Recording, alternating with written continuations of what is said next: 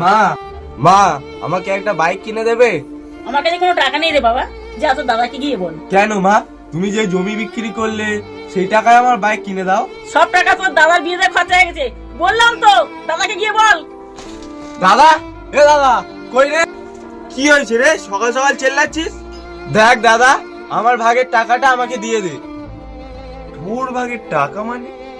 আমি ঠিক বুঝলাম না। তুই এমন ভাব করছিস যেন ভাজা মাছ উল্টে খেতে পারিস না। বাবা জমি বিক্রি করে যে টাকায় তুই বিয়ে করেছিস সেই টাকার ভাগ আমার এক্ষুনি লাগবে। দেখ ভাই, আমার কাছে সব টাকা খরচ হয়ে গেছে, কোনো টাকাই নেই। আর এখন টাকা নিয়ে বা তুই কি করবি? আমি গাড়ি কিনবো, তুই টাকা দিতে পারবি না? শুয়োরের বাচ্চা। এই দাদা তো ছোট থেকে মানুষ করেছে, তো সব সব মিটেছে, তুই সে দাদার মালিক। ছি ছি ছি ছি। এই সমাজে টাকার জন্য দাদা ভাইয়ের সম্পর্ক শেষ হয়ে যায়।